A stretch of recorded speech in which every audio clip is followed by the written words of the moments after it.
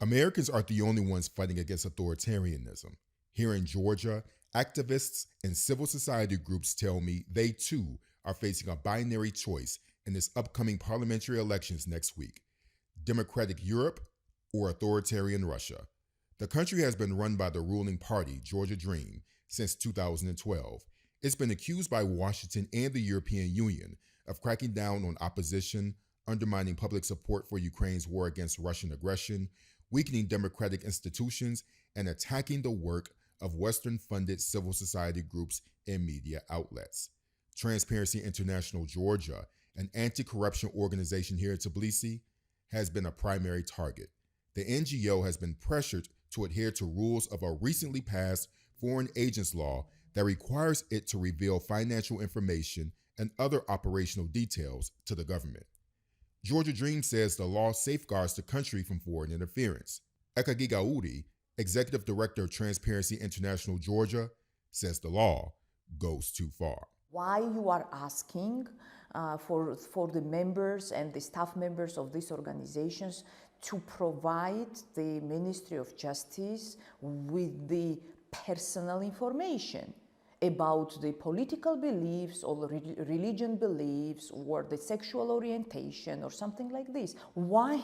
What it has in common with transparency? The Foreign Agents Law also requires civil society groups to register as organizations pursuing the interests of a foreign power, which Gigaudi and other civil society leaders have refused to do.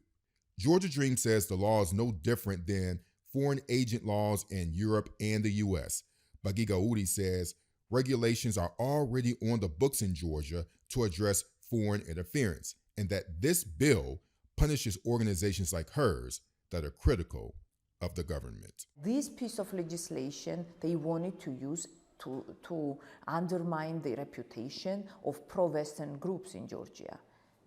Lawmakers in Washington have accused Georgia Dream of legislating a Moscow-style authoritarianism that undermines the will of the Georgian people and threatens the work of government watchdog groups. Instead of being accountable to the people, Gigaudi says the government is putting a microscope on organizations like hers. We know what they want from Georgia, and we know how they act.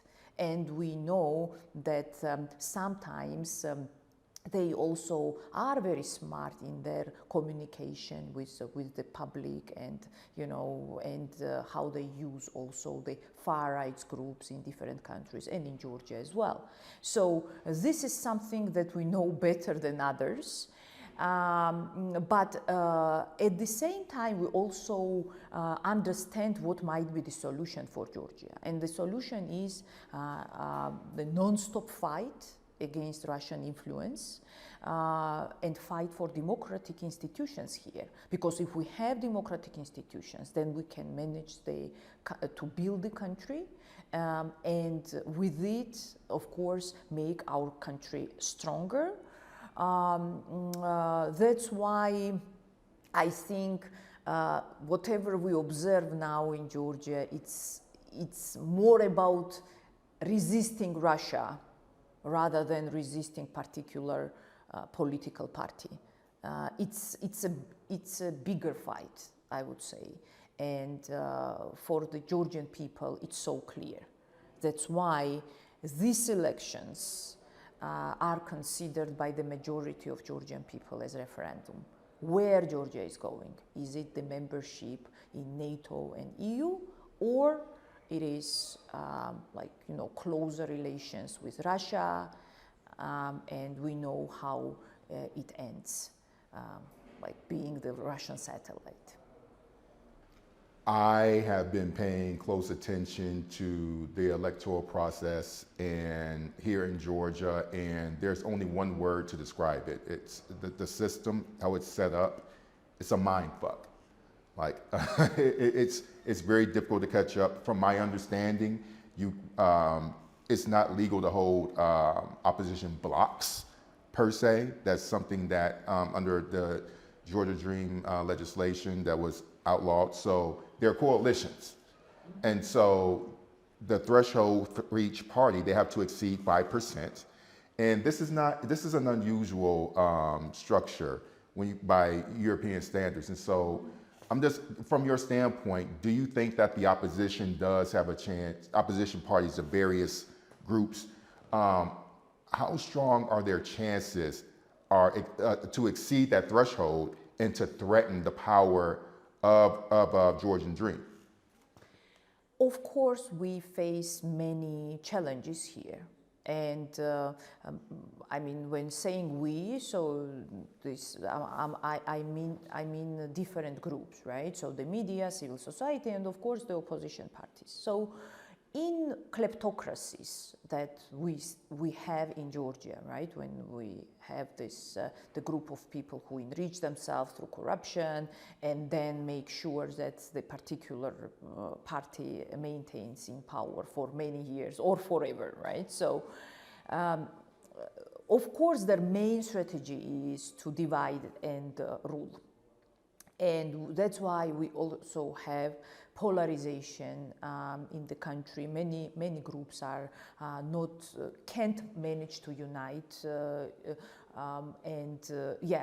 it's a constant challenge that we are observing for many years here. However, I think that the issue of Georgia's membership in the European Union, this is something which unites everyone. So that's why we actually managed to unite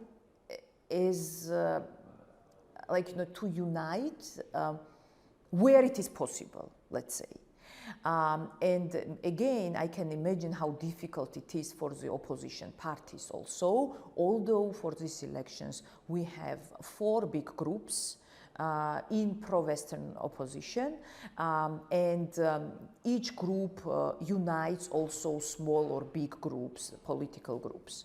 So, of course, for me, it would be better to have less, I would say less groups, but I think that these 4 groups, 4 political unities, they still have different voters, different supporters. That's why maybe for Georgians, it's also good to have choice, and different choice, I would say. So again, this state is captured, the institutions are captured. Apparently, when we operate on the ground, we don't have any institution which might support us. Of course, we draft the complaints. Of course, we call on the investigative bodies to start the investigation on different violations or the violation of human rights and some other electoral violations. But and we understand that there will be no reactions on that. We go to the courts, and still the courts take the side of the government and the ruling party. We go to the police, and no reactions from their side. So it's happening. And in Central Election Commission, the attitude is the same. So it's happening. But again, so what? We can't stop fighting, right? So we still try to inform public what is going on the ground. And I believe that if public is active and is ready to fight, we will win. Well, you're out here. Do you see the energy with people? I've seen the protests. And do you feel like that energy has come to a head and people are going to fight? I think yes. I think people are motivated. I think people understand what is this about. And again, it's about resisting Russia, not resisting one or another party. No, it's about Russia and Georgia's European future. That's why people are motivated and energetic. And you know, we had this conversation the other day with my colleagues about our observation mission, which is one of the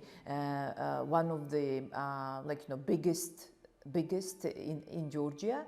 And when we call on people to register as observer, you know what kind of people we have? Some of them are very famous actors and singers and musicians and film directors. And when we saw them, you know, when you go and look at these people who are sitting on our trainings, you know, you can find there like really very influential or well-known and prominent people in Georgian society, and all of them want to participate in monitoring of the election. There are doctors, there are some like scientists, really those who would never be involved in election monitoring, but now they really want to spend time and give this one day when you have to sit in the polling station and look how the elections are organized, and they really want to give this one day to their country. They want to be there and help us to do this. So it's kind of civic monitoring mission that we have,